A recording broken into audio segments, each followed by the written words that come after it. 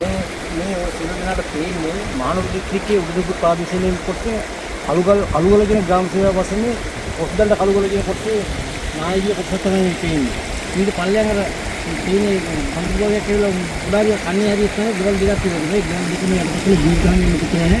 මොන මිනිස්සු දෙකේ හරියට විතර නමුත් මේ දස්වල මේ ස්ථාන තිබුණේ නෙවෙයි මේ ගල් ඔක්කොම. මේ උදා නායෑමට ලක්කරේ නායෑම නිසා ඇතිවෙච්ච දේවල් තමයි මේ තනිකරම යටවෙලා තියෙන කුඹුරු.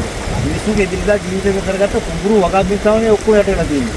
මේ ගස් ඔක්කොම මේ උඩ ගුම්බණී ඉඳලා ආපු ඒ වතුර ජලපාරත් එක්ක ආපු නායෑමත් එක්ක ආපු ඒවා තමයි මේ කීල සම්පූර්ණයෙන් තියෙන්නේ.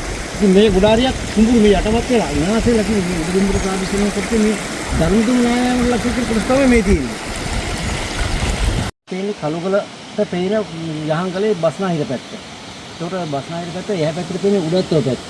ඒ කලුගල කවුරු වගේ ගිහිල්ලා තින්නේ ඒ බස්නාහිර පැත්තට තියෙන කලුගල කොටසට තියෙන යහංගලේ කොටස තමයි තියෙන්නේ. එහා පැත්තට පේන්නේ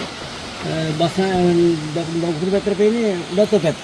එහා පැත්තෙන් බැලුවොත් නැගෙනහිර පැත්තේ ඒ පැත්ත සයිඩ් එක වලාකුළු වගේ තියලා ඒ පැත්ත ඔක්කොම එලා මහියංගල පැත්ත අම්පාර සයිඩ් එක තමයි මේ පැත්ත පේන්නේ. මේ කලුගලට තියෙන කොටස තමයි මේ පැත්තෙන් තියෙන්නේ. ඔය පැත්ත තමයි ඊට පල්ලෙහාන් තමයි නිරින්ගම කියන ගම්මානයේ සම්පූර්ණයෙන්ම නායම්නේ විනාශ වුනේ.